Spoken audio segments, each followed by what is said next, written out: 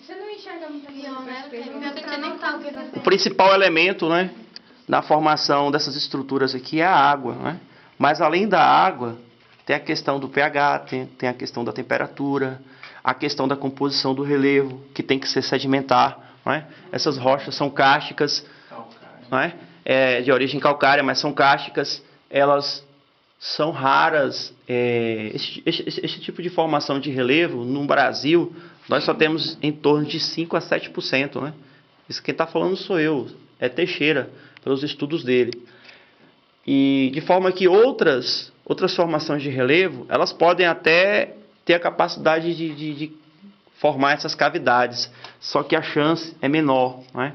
Que a rocha ela tem que ter, ela tem que ser mais solúvel, ela tem que ser mais frágil, né? Porque ela acaba sofrendo intemperismo químico e nessa dissolução H2O, né, professora? Reagindo com CO2, né?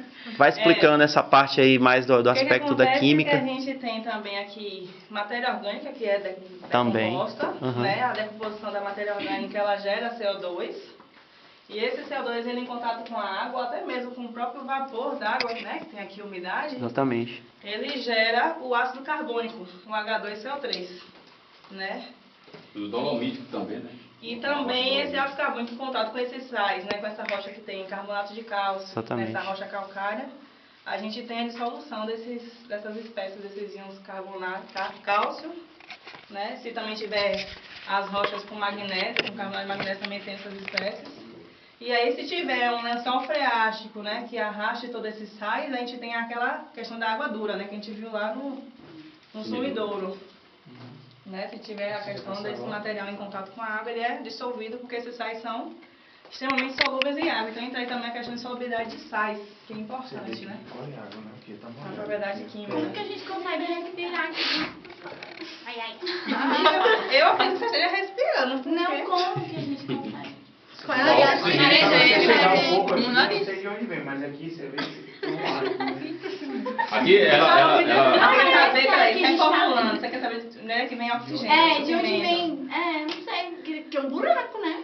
Não, o oxigênio é natural. Mas esse buraco tem uma cavidade. É, uma cavidade. Aqui nós temos Eu não uma. sei qual é a... Poderia ser Nós temos uma caverna aqui que você anda nela, é aqui no Manuel Lopes mesmo. Aqui onde nós estamos, nessa região aqui, viu? E nós andamos nessa caverna, quando a gente passa de um certo ponto nessa caverna, você perde a respiração. O ar fica rarefeito, né? Rarefeito. Então você tem que voltar, porque você fica sem oxigênio mesmo. Eu mesmo já entrei nela lá, que eu já saí lá fora, fui Como sem aqui a ar mesmo. profundidade acho que não é muito grande, né? A gente consegue ter um suprimento. Agora, por que acontece isso? Por causa da grande substância que é emitida pela quantidade de morcego que existe nessa caverna e o guano deles, que é muito forte. Então essa caverna a gente só tem um ponto limitado que a gente só vai nela. Mas sabe o que é também? Geralmente matéria orgânica, fez decomposição, libera gás sulfídrico. Isso. Que além de ser tóxico, também é inflamável. É tóxico mesmo. E é tóxico, é fatal. Tem uma determinada concentração assinalada, ele é letal. Acho melhor sair da caverna.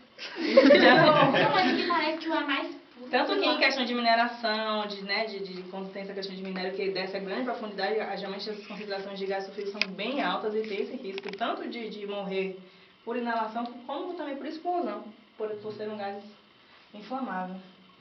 Aqui não acho que tem perigo, não, porque a profundidade é pouca, né, em relação a... Vocês observaram algumas partes lá do sumidouro que as estalactites elas quase não se desenvolveram.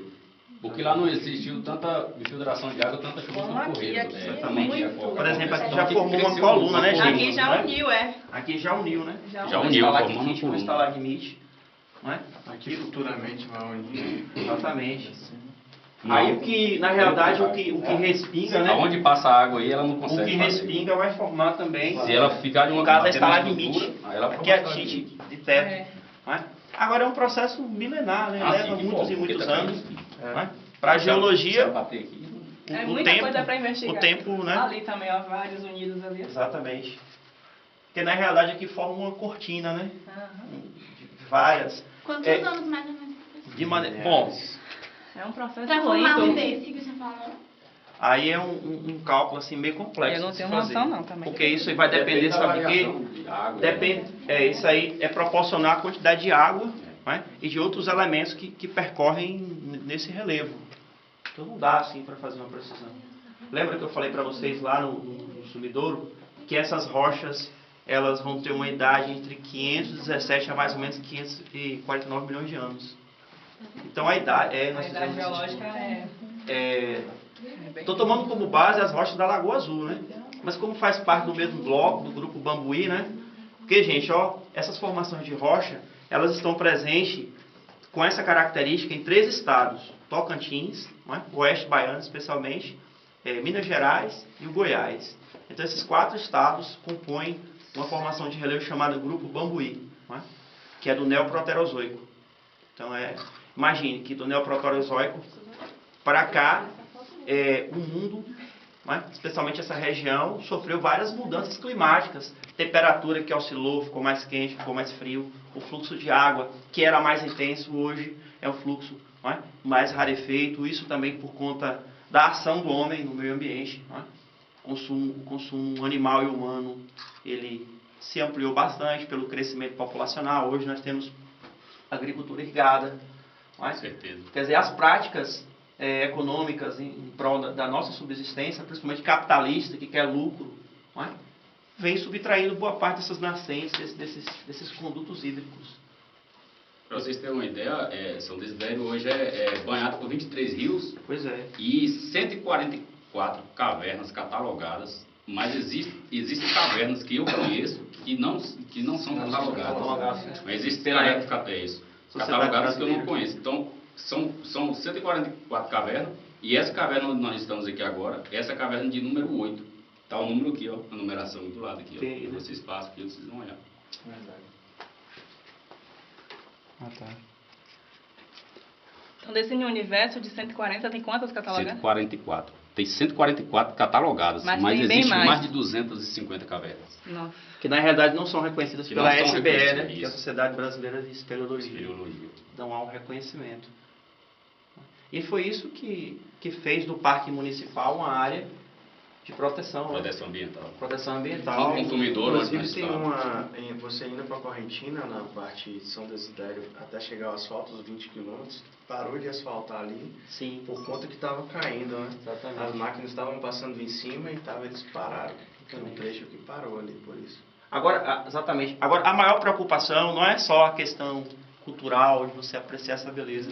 É porque abaixo de onde nós estamos existem vários fluxos hídricos que, se eles vierem a ser descobertos, né, se eles ficarem expostos, por exemplo, se tiver um abatimento, eles irão poluir, né? Então, muitas nascentes de rios, elas só sobrevivem, muitos rios se alimentam por conta desse fluxo que aflora desses aquíferos. É o que explica aqui o longo período de seca e os rios não A secam. região aqui, Não professor, é o segundo maior do Brasil, né? Exatamente. É o segundo. É o segundo. É, Lençóis exatamente. Freáticos, né? E assim, para você ter uma ideia, aqui nós temos um encontro de 2 aquíferos, né? Que é o Bambuí e o Urucuia. Urucuia. Então, quer dizer, eles são os maiores, o Guarani é o maior, né? Maior. Mas os dois, Bambuí e Urucuia, são os maiores do Brasil, que alimentam, né, todos esses rios. Aquele sumidouro mesmo que estava lá faz parte do Urucuia.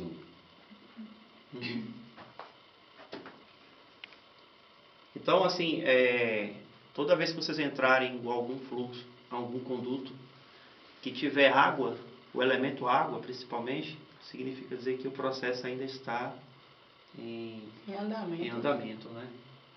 Tem água. A gente percebe muito pouco, mas existe a umidade, né? Tem. O colega estava comentando aqui O solo. os vestígios realmente de que a água, ela percorreu por aqui. Você vê que o solo, né?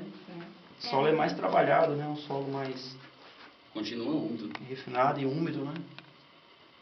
Aquele lago que a gente virou está relacionado com a formação dessas estruturas aqui. Se por acaso ela for contaminada, só um exemplo, a agricultura, por exemplo, contaminar com resíduo químico, influencia na formação dessas estruturas? Mutação, não forma direito? Olha, Boa pergunta. mas Professora, talvez não seja suficiente, porque eu vou só... Você vai explicar com mais, porque você é eu tô química. pensando aqui. Mas porque o que acontece? Ao meu ver, na minha interpretação, o que conta mais é a composição, É a composição da da rocha. rocha, exatamente. Porque esse poluente ele vai ficar em fluxo. Porém, dependendo do resíduo químico, sei lá, do agrotóxico, isso pode influenciar até na substituir esse metal cálcio Exatamente. por outro que não seja solúvel em água. Pode haver uma reação, sei lá, de substituição. Eu não sei a fundo essa parte, não. Mas assim, dentro da composição da rocha, né, do calcário, o fluxo de água permanecer, não se alterar, talvez a gente tivesse mudanças de coloração, alguma coisa mais visível, assim, nesse ponto, nesse sentido. Mas eu não sei muito, não. Pois então, o que você falou nesse sentido aí, a coloração influenciou na gruta do Catão, porque a coloração lá é diferenciada, não é, Rob? Você viu que é diferenciada? Porque geralmente esses... Não necessariamente deve ser de agrotóxico. não sei também. Não a questão da cor ali, da Lagoa Azul. Da gruta lá, da gruta do Catão. Porque pesticidas Da água, você tá falando? Daquela água ali, né?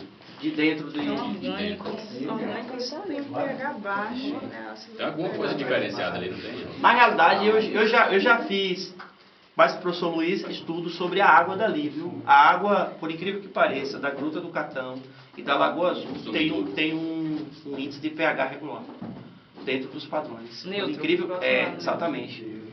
Dentro dos padrões. Agora, pra cá, eu não fiz, não. No Sumidor, nós não fizemos, não. O consumidor não fez nada. Não, Mas aparentemente- porque é o mesmo sistema ali, né?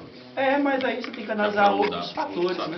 Mas aí é que tá, porque justamente quando tem essa questão do carbonato, o pH da água fica básico, fica Isso. alcalino. Se o Exatamente. pH tá neutro, tá tendo interferência ácida no meio, aí pra baixar o pH. Isso. Porque o pH da água é dura, é o pH básico, é o alcalino. Exatamente. Se tá neutro, baixou, não tá mais básico. Algum ácido tá regulando um pouco mais esse pH. Tô ficando confuso aqui agora. Além de que no foguinho. Então, gente, pelo menos eu tive essa lacuna. Eu falo de pH na aula depois. Eu fiquei com essa lacuna quando era estudante, hoje não, eu tento passar para os alunos, mas a gente ouve muito pouco falar sobre esses conteúdos nos livros didáticos e que são essenciais, até para você entender o ciclo hidrológico, não é? Então você entende que a água, ela tem uns estados de gasoso, sólido, líquido de maneira geral, e boa parte dessa água que não evapora, ela é absorvida. E nessa absorção é que vai formar esses condutos hídricos Os elementos. Né? que irão dar origem às nascentes dos rios superficiais. Então é um ciclo, não é? A água se renova. Então cuidar desses recursos aqui é de maneira indireta cuidar dos nossos rios, né? Tem essa questão. Professor, Oi. quando você pede daqui? São técnicos? Isso aí é chamado de maneira geral, todas as estruturas que tem nas grutas e cavernas são chamadas espelhotemas. Essas estão brilhando? Parece massa. Calcita. Não, isso aí é... Esse brilho é a calcita. É calcita, né?